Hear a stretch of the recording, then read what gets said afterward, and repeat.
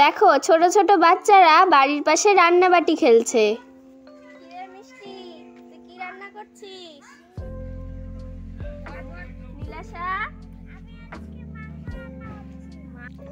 আজকে মাংস রান্না করছি। মাংস রান্না করছিস?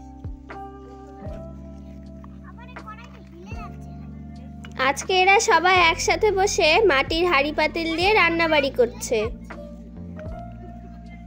কে কি রান্না করছে তাই দেখবো আজকে। কিরে মিষ্টি, তুই কি রান্না করছিস?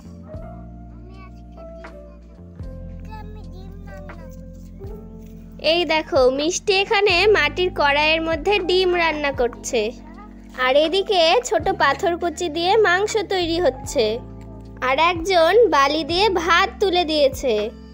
আর এই দেখো বাজারও চলে আসলো।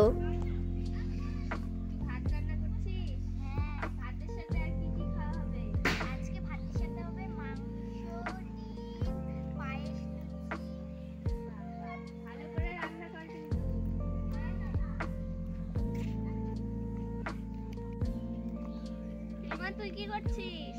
আমি জিনিসপত্র গুছাচ্ছি। বাহ, মশলা বাটা হয়ে গেছে তোদের? না।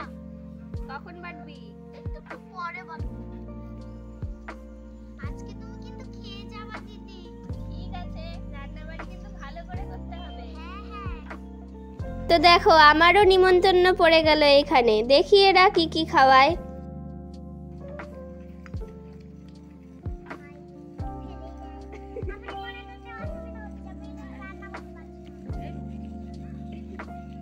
এরা ছোটরা শাড়ি পরে প্রায় দিনই আমাদের বাড়ির সামনে রান্নাবাটি খেলে। দিদি তোমাকে আমি চা করে দেব? ঠিক আছে দে। ঠিক আছে, আমি চা করে দেব।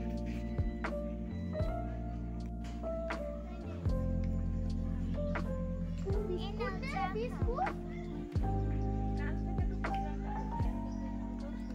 চাটা তো খুব ভালো বানিয়েছিস। এই দেখো ওরা আবার আমাকে চাও বানিয়ে দিল।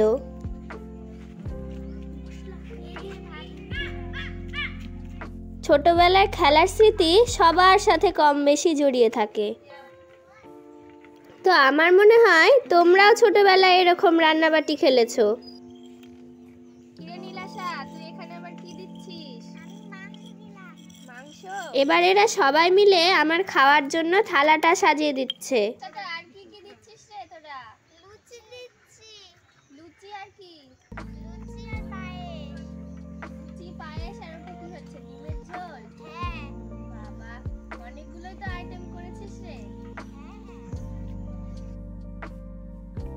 নাও। এই তোরা এখানে কি রান্না করতেছিস?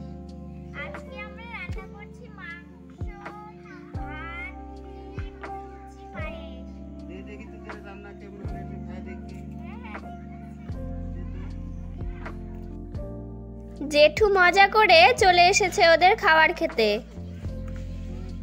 আরে সেই স্বাদ হয়েছে তো, সেই স্বাদ। হ্যাঁ? এত স্বাদ কে?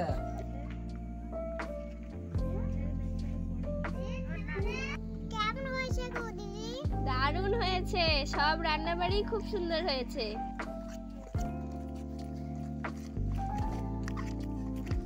এদের সাথে সময় কাটিয়ে খুব মজা পেলাম।